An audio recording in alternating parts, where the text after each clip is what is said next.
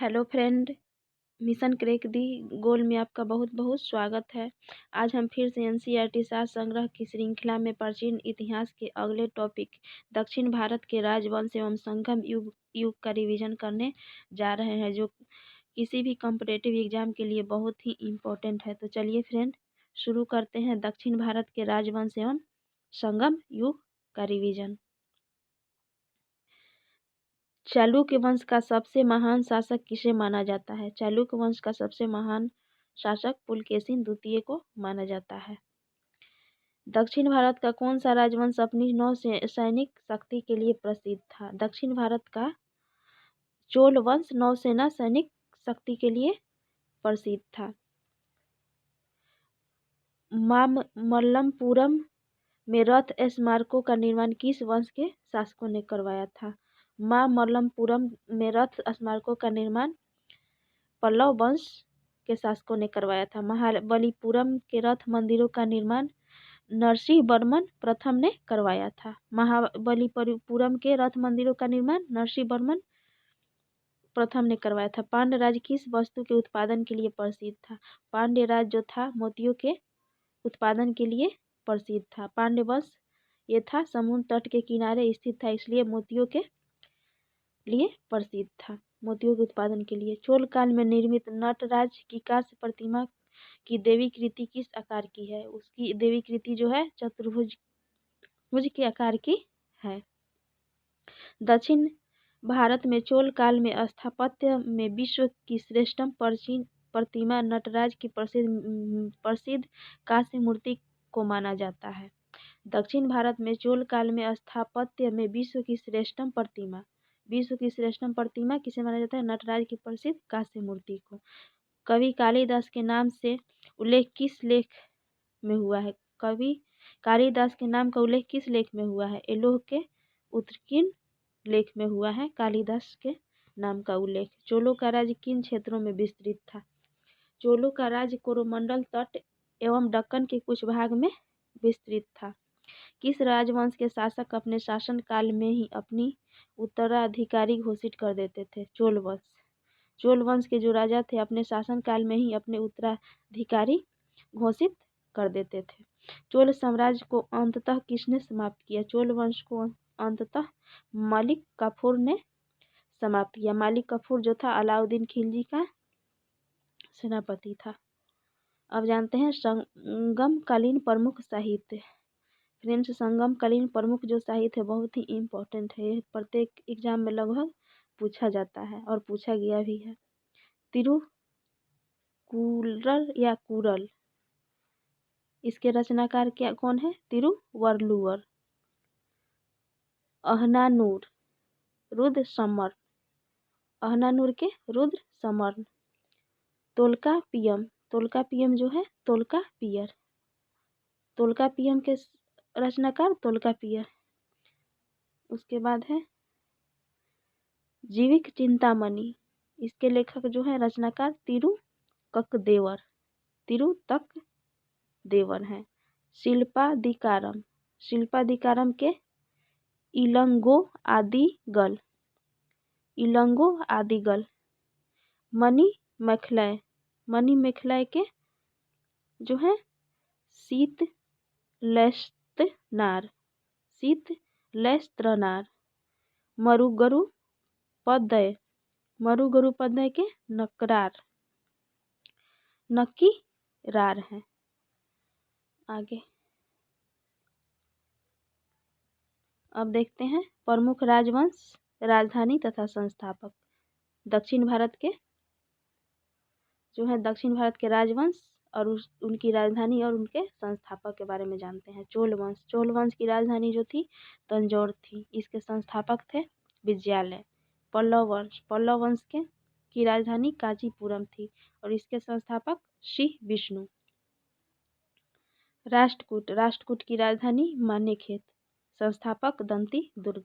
होयसल वंश के संस्थापक विष्णुवर्धन और इसकी राजधानी द्वार समुद्र।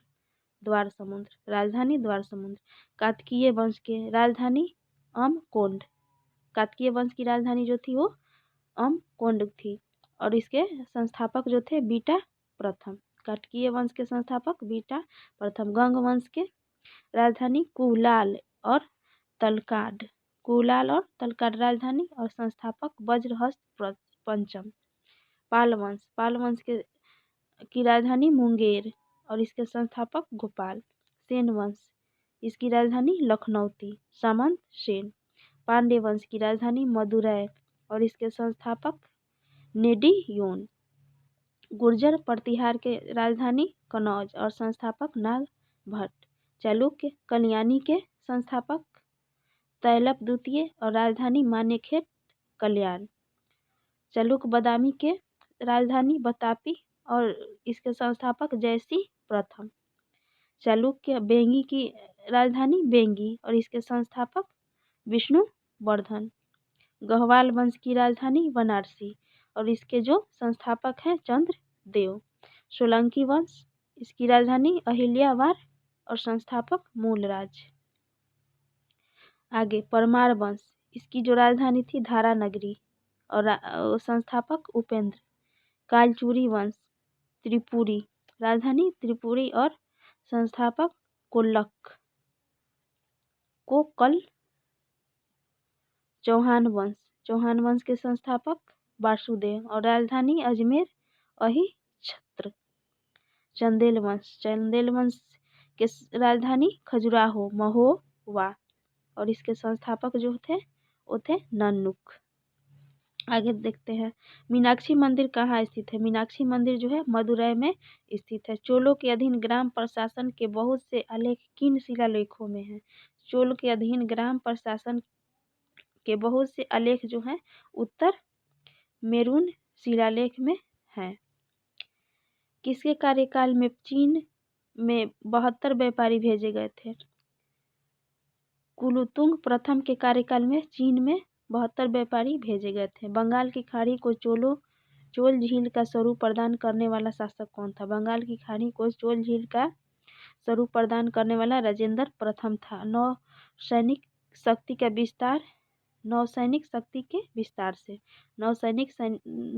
विस्तार से बंगाल की खाड़ी को चोल झील का स्वरूप दिया राजेंद्र प्रथम ने। संगम साहित्य में किस दक्षिणी राजवंश का उल्लेख नहीं मिलता है। संगम साहित्य में कदम राजवंश का उल्लेख नहीं मिलता है। संगम जो साहित्य है उसमें दक्षिणी राजवंश कदम का उल्लेख नहीं मिलता है। धार्मिक कवियों का संकलन कुरल किस भाषा में रचित है। धार्मिक कविताओं का संकलन जो है उसका नाम है कुरल, ये तमिल भाषा में संकलित है। कदम राजाओं की राजधानी कहाँ थी। कदम राजाओं की राजधानी जो थी वो बनवासी थी। कदम राजाओं की राजधानी बनवासी थी। कदम राज की स्थापना मयूर शर्मन ने की थी। कदम राज की स्थापना कौन किए थे। मयूर शर्मन। और कदम्बों ने 4वीं शताब्दी में उत्तरी कर्नाटक और कोणक में अपनी सत्ता स्थापित की थी। 4वीं शताब्दी में कर्नाटक तथा कोणक में कदम्बों ने अपनी सत्ता स्थापित की थी। आगे देखते हैं तमिल रामायणम अथवा राम अवतारम के लेखक कौन था। इसके लेखक जो थे कंबन थे। श्रीलंका को पूर्ण स्वतंत्रता किस चोल राजा ने प्रदान की और सिंहल के राजकुमार के साथ अपनी पुत्री का विवाह कर दिया। कुलोत्तुंग प्रथम। कुलोत्तुंग ने श्रीलंका को पूर्ण स्वतंत्रता दिया तथा अपनी बेटी का विवाह सिंहल के राजकुमार के साथ कर दिया। चोल दक्षिण भारत में उत्तम ग्राम प्रशासन के लिए जाने जाते थे। चोल दक्षिण भारत में उत्तम ग्राम प्रशासन के लिए जाने जाते थे। दक्षिण भारत का प्रसिद्ध तकोलम का युद्ध किनके मध्य हुआ था। तकोलम का युद्ध जो हुआ था चोल एवं राष्ट्रकूटों के मध्य हुआ था। वह बंदरगाह जिसका उल्लेख पोंडू के नाम से the periplus of the Erythraean sea के लेखक ने किया है। यह है अरिका मेंडू। संगम साहित्य में वर्णित कन्नगी कौन है। तमिल महाकाव्य मणिमेखलाई की नायिका है। जो कनंगी है वो है तमिल महाकाव्य जो है मणिमेखला, इसकी नायिका का नाम कनंगी है। चेर राजाओं में सबसे प्रसिद्ध सेनगुटुवन था। चेर राजाओं में सबसे प्रसिद्ध जो था वो सेनगुटुवन था, जो नेदुंजेरल का पुत्र था। इसके काल में विशेष घटना पतिनी पूजा, पत्नी या कनंगी पूजा आरंभ हुई, जिसमें आदर्श और पवित्र पत्नी की मूर्ति की पूजा की जाती थी। चेर राजा में सेनगुटुवन जो था, इसके समय में जो आदर्श एवं पवित्र पत्नी होती थी, उनकी उसकी मूर्ति की पूजा होती थी, जिसे पत्नी पूजा के नाम से जाना जाता था। आगे, संगम युग का कौन सा ग्रंथ बौद्ध धर्म से संबंधित है? संगम युग का कौन सा ग्रंथ बौद्ध धर्म से संबंधित था? बौद्ध धर्म से संबंधित जो ग्रंथ था संगम युग का, वो था मणिमेखला। दक्षिण भारत में किस वंश के राजा ने 26 ईस्वी पूर्व में रोमन में एक दूत भेजा था? ये था पांड्य वंश के राजा।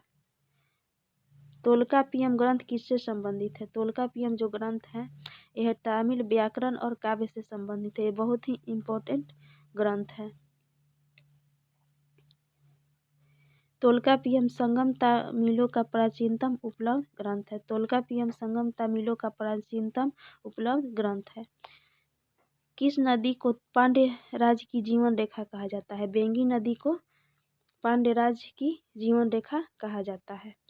कन्नड़ साहित्य में त्रिरत्न है, पंपा, पूना एवं रन्ना। कन्नड़ साहित्य के त्रिरत्न जो थे वो थे पंपा, पूना और रन्ना। ये तीनों कन्नड़ साहित्य के त्रिरत्न थे। संगम काल में चोल शासकों में सबसे प्रतापी राजा कौन था? सबसे प्रतापी राजा जो था चोल शासकों में करिकाल था।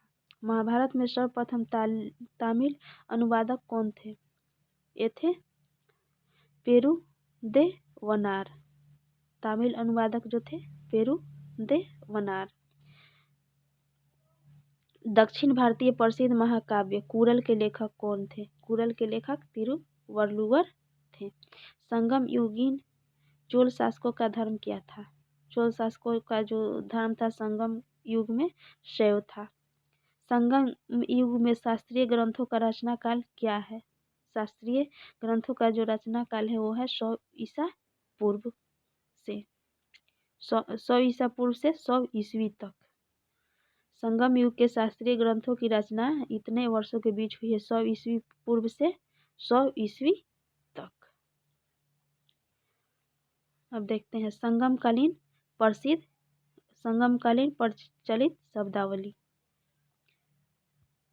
शब्दावली को जानते हैं। बरियम शब्द क्षेत्र की उपज की दृष्टि से लिया जाने वाला कर। बरियम वसूलने वाला अधिकारी। देखिए बरियम जो होता था वो था क्षेत्र की उपज की दृष्टि से लिया जाने वाला कर। कितने क्षेत्र में जो उपज होता था उसकी दृष्टि से लिया जाता था जो कर, उसको बरियम कहा जाता था। और बरियर जो थे इसको जो कर वसूलते थे उसको बरियर कहा जाता था। कराई भू राजस्व लगान उपज का 1/6 भाग राज्य की आय का मुख्य स्रोत। कराई जो था भू राजस्व लगान था जो उपज का 1/6 होता था, राज्य की आय का मुख्य स्रोत था। राज्य की आय का मुख्य स्रोत जो था भू राजस्व था, जिसे कराई कहा जाता था। इराई सामंतों द्वारा दिया जाने वाला कर, युद्ध में लूटे हुए माल में राज्य का हिस्सा। सामंतों द्वारा लिया जाने वाला कर तथा युद्ध में लूटे हुए माल में राज्य के हिस्सा को इराई कहा जाता था। इराऊ जो क्या था? जबरन लिया जाने वाला उपहार जो था इराऊ था। उल्गू या संगम सीमा शुल्क और मार्ग कर राज्य की आय का दूसरा सर्व प्रमुख स्रोत। उल्गू या संगम जो था सीमा शुल्क या मार्ग कर था। ये जो था राज्य की आय का सबसे आय का दूसरा प्रमुख स्रोत था। पहला स्रोत राजस्व कर और दूसरा स्रोत जो था वो था उल्गू या संगम। कडमई पांडु वधु, राजा को दिया जाने वाला शुल्क, कडमई या पांडु वधु। माँ और बेली, माँ और बेली जो था भूमापन इकाई, भूमापन इकाई को माँ और बेली कहा जाता था उस समय। कलम, अनाज के तौल की इकाई को कलम कहा जाता था। संगम काल में अनाज की माप की इकाई को कलम कहा जाता था। संगम कालीन साहित्य में राजा के लिए कौन, को एवं मन्नन शब्द प्रयुक्त होते थे। राजा के लिए कौन, को एवं मन्नन शब्द का प्रयोग किया जाता था। संगम ग्रंथों में उल्लेखित मुरुगन किस देवता के सामने रखते हैं। मुरुगन जो है वो स्कंद, अन्य नाम कार्तिकेय, कुमार या सुब्रमण्यम। मुरुगन किस देवता के सामने रखते हैं। स्कंद, अन्य नाम जो है, अन्य नाम कार्तिकेय, कुमार, सुब्रमण्यम। प्राचीन तमिल देश में उपजाऊ कृषि भूभाग क्या कहलाता था। तमिल देश में जो उपजाऊ कृषि भूभाग होता था उसे मरुदम कहा जाता था। संगम युग में चोल राज्य की राजधानी उदयपुर से पुहार स्थानांतरित करने का श्रेय किसे दिया जाता है। इसे दिया जाता है करिकाल को। करिकाल ने उदयपुर से पुहार जो है राजधानी स्थानांतरित किया था करिकाल ने। संगम काल में सर्वाधिक प्रचलित व्यवसाय क्या था। यह था वस्त्र उद्योग। संगम काल में वस्त्र उद्योग प्रचलित व्यवसाय था। तमिल साहित्य में यूनानी रोमन व्यापारियों को क्या कहा जाता था। यवन कहा जाता था। संगम युग में उदयपुर कपास या सूती वस्त्र के व्यापार के लिए विख्यात था। उदयपुर जो स्थान था वो क्या था, कपास तथा सूती वस्त्र के व्यापार के लिए विख्यात था। किस संगम युगीन शासक द्वारा पत्नी पलय के रचयिता रुद्र कन्नार को 16 लाख स्वर्ण मुद्राएं प्रदान की गई थी। करिकाल द्वारा पत्नी पलय के रचयिता रुद्र कन्नार को 16 लाख स्वर्ण मुद्राएं प्रदान की गई थी। वह संगमकालीन तमिल साहित्य जिसमें भक्त प्रहलाद का वर्णन प्राप्त होता है। ये जो है परिपादल है।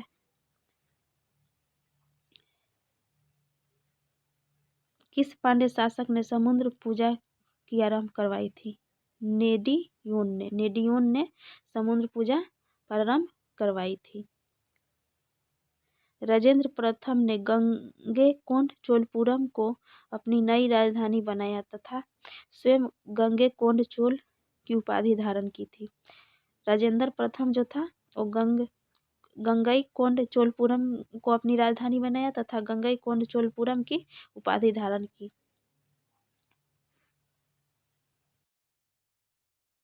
फ्रेंड, प्राचीन इतिहास के इस श्रृंखला में दक्षिण भारत के राजवंश एवं संगम युग का टॉपिक समाप्त हुआ। इसके अगले टॉपिक को लेकर के बहुत जल्द आप लोग के सामने हम आएंगे। चैनल पर बने रहने के लिए चैनल को सब्सक्राइब करें।